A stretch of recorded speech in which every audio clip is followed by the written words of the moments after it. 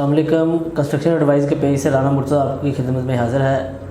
आज हमारे साथ कंस्ट्रक्शन एडवाइस के पेज से अदील इंजीनियर इनको हमने हायर किया है और इनका जो कीमती टाइम है वो हमने उसमें से कुछ टाइम लिया है। तो मैं कोशिश करूँगा कि इस वीडियो में कुछ मेरे सवालात हैं ये अपने सादा अल्फाज में उनका जवाब दें। और बैरिया में काफ़ी अरसा काम करते हुए इनका हो चुका है, काफ़ी एक्सपीरियंस है। और मैं ये चाह रहा था कुछ दिन पहले हमने एक वीडियो बनाई थी, उसमें कुछ हमारे सवालात के जवाब जो मैं कैरी नहीं कर सका अच्छे तरीके से, तो मैंने ये कोशिश की कि हमारे ये इंजीनियर हैं इनके साथ हमने 2-3 प्रोजेक्ट कैरी किए हैं इधर बैरिया इनक्लेव में। और पास्ट एक्सपीरियंस मोस्टली इनका बैरिया के अंदर है, DHA में भी इन्होंने काम किया है। तो मैं इनवाइट करता हूँ अपने पेज से अदील इंजीनियर को। अस्सलाम वालेकुम। वालेकुम सलाम। मुर्तज़ा भाई क्या कैसे हैं आप? ठीक है, शुक्र अल्लाह का जी। ठीक। अच्छा अदील भाई, कुछ अपने बारे में थोड़ा सा गाइड करें कि कब से काम कर रहे हैं बैरिया में? मैं सिंस 2009 से फील्ड में हूँ। सही है। और मुझे बैरिया के साथ अटैच हुए आलमोस्ट कोई 11 साल हो गए माशाल्लाह। वैसे फील्ड में मुझे कोई तकरीबन 13 से 14 साल हो गए, सही है। जिसमें से मेरा ज़्यादातर जो काम वर्किंग एक्सपीरियंस है वो बैरिया के साथ है। बैरिया में मैंने काफ़ी ज़्यादा हाई राइज प्रोजेक्ट्स किए हैं, उसमें से कुछ मैं आपको मेंशन कर देता हूँ। लाहौर में मैंने स्पा क्लब किया है, मॉल ऑफ लाहौर में बैरिया का, उसके स्टूडियो अपार्टमेंट्स किए हैं। और बैरिया का मैंने हॉस्पिटल है उसका 2nd फ्लोर की एक्सटेंशन की थी और उसकी मैंने फिनिशिंग की है। बैरिया ऑर्चर्ड का स्कूल किया है, मलक अली साहब का ऑफिस किया है, बैरिया ऑर्चर्ड का ऑफिस किया है। इसके अलावा बहुत सारे ऐसे प्रोजेक्ट्स हैं जो किसी तारुफ के मोहताज नहीं हैं। और आपका फेज़ 7 में जो मस्जिद है उस पर मैंने काफ़ी काम किया हुआ है। और अभी मैंने रिसेंट PTCL से डिज़ाइन किया है 2019 में। मैं 14 ग्रेड का ऑफिसर था, एज अ बिल्डिंग इंजीनियर काम कर रहा था वहाँ पे। तो अभी मुझे बैरिया इनक्लेव में शिफ्ट हुए तकरीबन 2.5 से 3 साल हो गए हैं। वो तो एक्चुअली हम जब से इधर हैं आप लोगों के साथ हम काम कर रहे हैं, काफ़ी अच्छा एक्सपीरियंस। यहाँ पे भी मैंने as a project manager start लिया था एतमाद बिजनेस सेंटर वालों के साथ, जो इनका प्रोजेक्ट है हेड ऑफिस एडजेसेंट के बिल्कुल साथ, जो इनका प्लाजा बन रहा है कनाल पे। सही है। वहाँ से मैंने स्टार्ट लिया था। और जब मैंने ये देखा कि ये बैरिया इनक्लेव एक डेवलपमेंट सेक्टर है, तो इतना ज़्यादा एक्सपीरियंस होने के साथ फिर मैंने सोचा कि अब अपना काम शुरू किया जाए। और कुछ मैं यहाँ पे देख रहा था लोगों का कि यहाँ पे क्लाइंट्स जो थे बहुत ज़्यादा ऐसे क्लाइंट्स थे, और बैरिया के बिल्कुल हेड ऑफिस के साथ मेरा प्रोजेक्ट था। तो बहुत सारे ऐसे क्लाइंट्स यहाँ पे ड्राइंग्स पकड़ के आते थे हाथ में लेके, लेकिन उनको अच्छा कॉन्ट्रैक्टर नहीं मिलता था। वो इंशाल्लाह मैं कुछ सवालात मेरे इसी के रेलिवेंट हैं। जी जी, मैं कोशिश करूँगा कि वो सवालात आपसे। जी जी, मैंने आपकी लास्ट वीडियो देखी थी और जिस वजह से मैं भी चाह रहा था कि मैं आपके पेज को ज्वाइन करूं, तो मैं अपनी ऑनर समझता हूं, आपने मुझे खुद बुलाया। तो इसमें बहुत सारी चीज़ें थी जो मैं अपनी तरफ से ऐड ऑन करना चाह रहा था। तो उस पर आप पूछें जो आपको पूछना। मेरा ये पहला सवाल था कि अगर कोई बंदा यहाँ पे बैरिया में घर बनाने के लिए आता है या कमर्शियल एक्टिविटी के लिए आता है, तो how to find a contractor? यहाँ पे बैरिया में अगर आप क्लाइंट हैं जी, और आपको कॉन्ट्रैक्टर को अच्छे कॉन्ट्रैक्टर को फाइंड करना है, बिल्कुल। आप अच्छा कॉन्ट्रैक्टर आपने ज़ाहिर है जब आपने अच्छा कॉन्ट्रैक्टर ढूंढना है तो आपने उसका सबसे पहले उसकी वर्कबिलिटी देखनी है कि वो कैसा काम कर रहा है। अब उसमें आगे बहुत सारी किस्में हैं, आया कि वो विद मटेरियल काम कर रहा है, आया कि वो लेबर रेट पे काम कर रहा है, आया कि वो परसेंटेज पे काम कर रहा है, कि आया कि वो जस्ट सुपरविजन पे काम कर रहा है। ये 4 क्लोज हैं जो कि बैरिया इनक्लेव में मोस्टली जो यूज़ हो रही हैं। ठीक है। अब इसकी आगे से फर्दर जो है वो डिस्कशन इस पे हो सकती है कि अगर आप विद मटेरियल कर रहे हैं तो उस पर आपको मेरे से क्या जानना है, लेबर रेट पे क्या जानना है, परसेंटेज पे क्या जानना है और सुपरविजन पे, वो आप मेरे से सवाल पूछें, मैं आपको बता। नया एक बंदा आता है बैरिया में, घर उसने बनाना शुरू करना है, उसका मैप अप्रूवल हो चुका है जी, स्ट्रक्चर मैप उसका कंप्लीट हो चुका है। फर्दर उसने अब, क्योंकि एक बंदा मोस्टली अपनी लाइफ में एक ही घर बनाता है, उसको वो वाली पेचीदगियों का बिल्कुल अंदाज़ा नहीं है जो हम फेस कर रहे हैं। कंस्ट्रक्शन में काफ़ी इस तरह के मामला हैं जो कि आप भी कैरी कर रहे हैं और हम भी कैरी कर रहे हैं, मोस्टली हमने फेस किए हैं। और वक्तन फ़वक्तन इसका एक्सपीरियंस बंदे को, नई मार्केट है, चीज़ें कोई नई आती रहती हैं, और जो पुराने कॉन्ट्रैक्टर हैं उनके लिए भी ये काफ़ी चीज़ें चेंज हो चुकी हैं। उसमें आप क्या कहते हैं, जो बंदा नए तरीके से इधर आता है तो कौन कौन से स्टेप वो कैरी करे, इस तरह के कौन से स्टेप हैं कि आसानी से उसको एक अच्छा कॉन्ट्रैक्टर मिल जाए? अच्छा, इसमें 90% केसेस में ऐसा होता है कि जब इंसान घर बनाता है ना अपना, जब सोचता है कि मैंने घर बनाना है और वो भी बैरिया में बनाना है या कहीं पे भी बनाना है, वो डे फर्स्ट से ही कॉन्ट्रैक्टर ढूंढना शुरू कर देता है। बिल्कुल उसके माइंड में होता है।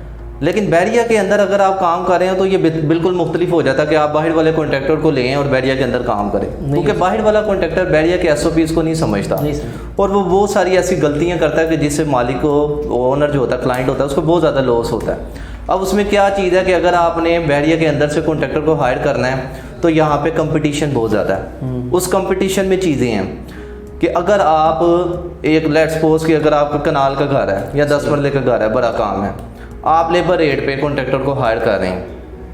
अब उस लेबर रेट में ये बहुत सारी चीज़ें थी जो आपकी लास्ट वीडियो में मिस हुई थी, जो कि मैं इसको ऐड ऑन करना चाह रहा हूँ।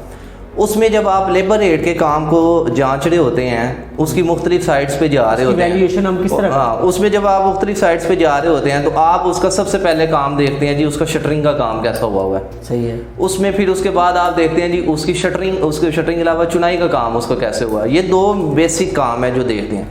तीसरा है टेक्निकलिटी। अगर तो क्लाइंट टेक्निकल है तो वो उसकी टेक्निकलिटीज़ को समझेगा। लेकिन यहाँ पे एक और सवाल पैदा होता है ना, उसके लेआउट से मतलब। जी ये टेक्निकलिटीज़ में वही चीज़ें आ जाती हैं जी, ये टेक्निकलिटीज़ में वही चीज़ें मैं उसको फर्दर बता देता हूँ आपको कि आप उसमें टेक्निकलिटीज़ में क्या देखते हैं। अगर आप फ्रंट से अपना घर देखते हैं तो आप देख रहे हैं कि उसके कुछ बीम्स हैं वो टेढ़े तो नहीं हैं, उसकी कुछ दीवारें हैं वो सीक्वेंस में हैं या नहीं हैं। अब यहाँ पे जो लेबर रेट पे काम करने वाले मोस्टली बंदे हैं बड़े घर के, उसमें जब क्लाइंट उसका काम देखने जाता है उसमें भी फर्दर चीज़ें ऐड हो रही हैं। उसमें जो चीज़ें ऐड हो रही हैं, आप जब लेबर रेट पे आप काम करें ऑब्वियसली आप मटेरियल खुद नहीं दे रहे हो। क्लाइंट की ये कोशिश होती है कि जब भी वो लेबर रेट पे काम कराएगा उसका मकसद ये होता है कि मैं अपने पैसे बचाऊं, मैं मटेरियल खुद परचेज करूं। अगर तो वो टेक्निकल है तो वो मटेरियल अच्छा परचेज करेगा, अगर वो टेक्निकल नहीं है वो मटेरियल उस तरह का परचेज नहीं कर सकता। मोस्टली लोग टेक्निकल नहीं है ना, इसी वजह से जो अच्छे काम करने वाले यहाँ पे बंदे हैं ना, मैंने यहाँ पे 2.5 साल के काम में ये एक्सपीरियंस हासिल किया कि जो अच्छे लोग हैं वो पीछे हैं और यहाँ पे जो पेटी कॉन्ट्रैक्टर हैं वो आगे हैं। उसकी रीज़न ये है कि जो अच्छा काम करने वाला बंदा है, अगर उसका 20, 30 या 40 रुपये लेबर रेट में पर स्क्वायर फुट एरिया ज़्यादा है, हम उसको काम नहीं देते, हम उसके सारे काम देखने के बावजूद पेटी कॉन्ट्रैक्टर को काम दे देते हैं। अब एक मालिक चुनाई ईंटें खुद प्रोवाइड कर रहा है, लेबर कॉन्ट्रैक्टर की कोशिश ज़्यादा से ज़्यादा ये होती है कि वो अच्छे से अच्छा काम करे।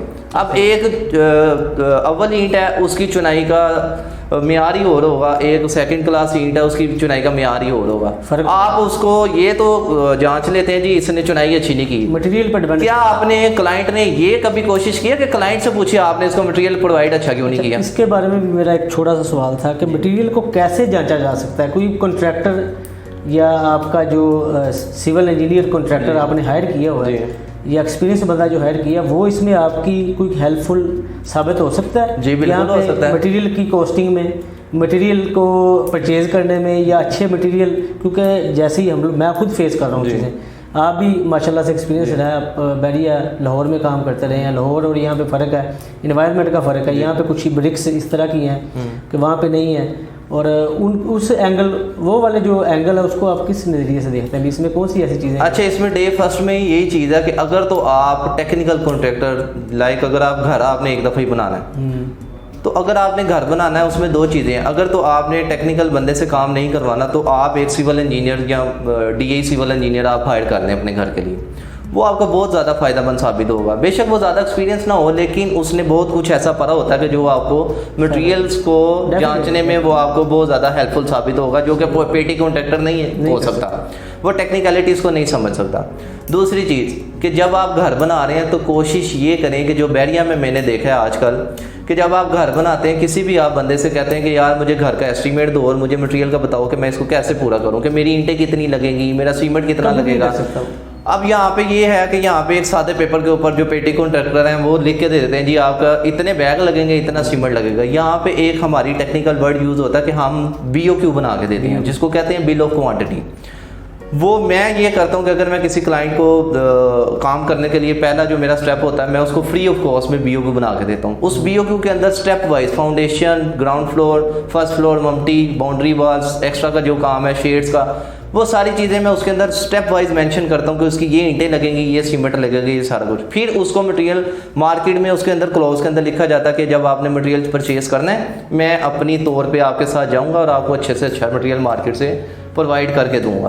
अब ये मालिक पे डिपेंड करता है कि आया वो उस पर ट्रस्ट करता है या नहीं करता। मोस्टली काम में ऐसा नहीं होता। हमारे बैरिया एन्क्लेव में क्लाइंट की ज़्यादातर कोशिश ये होती है कि वो मटेरियल खुद से प्रोवाइड करें। अच्छा, इंशाल्लाह इसके अलावा अभी मेरे जहन में कुछ और सवाल थे, लेकिन क्योंकि ये वीडियो बनाने का हमारा मकसद ये था कि हम इसको शॉर्ट से शॉर्ट करें ताकि लोग ज़्यादातर हमारा मैसेज कन्वे कर सकें। अच्छा, एक और सवाल मेरे जहन में है कि लाइक अगर कोई बंदा हायर करना चाहता है, कॉन्ट्रैक्टर या सुपरविजन पे कोई बंदा हायर करना चाहता है, उसका कौन सा ऐसा लीगलाइज तरीकाकार है कि आप एक एक्सपीरियंस पर्सन को हायर कर सकते हैं, इंजीनियर को हायर कर सकते हैं? BOQs नेक्स्ट इंशाल्लाह हम एक वीडियो बनाएंगे प्रॉपर, लोगों को ये बताएंगे कि BOQs फ्री ऑफ कॉस्ट हम कंस्ट्रक्शन एडवाइस कर रही होगी इंशाल्लाह, आने वाले दिनों में लोगों को ये सहूलत देंगे। लेकिन उस तरीके को आप कैसे देखते हैं, उसमें लोगों को आप कैसे गाइड करते हैं कि एक अगर एक्सपीरियंस पर्सन आता है मार्केट में तो उसको वो कैसे हायर करें, उसका लीगलाइज तरीका क्या है? देखिए ये फिर अगेन क्लाइंट के ऊपर डिपेंड है। अब एक जब आप किसी से कोटेशन डिमांड कर रहे हैं घर बनाने के लिए, अब आपने ही जज करना है कि आपको कैसी कोटेशन आ रही है। कि आपको एक कोई पढ़ा लिखा बंदा कोटेशन फॉरवर्ड कर रहा है तो उसका एक सीक्वेंस होगा, उसने डिटेल से आपको एग्रीमेंट के साथ सारी चीज़ें प्रोवाइड की होंगी, उसका सॉफ्ट कॉपी के ऊपर पूरा पैटर्न बना होगा।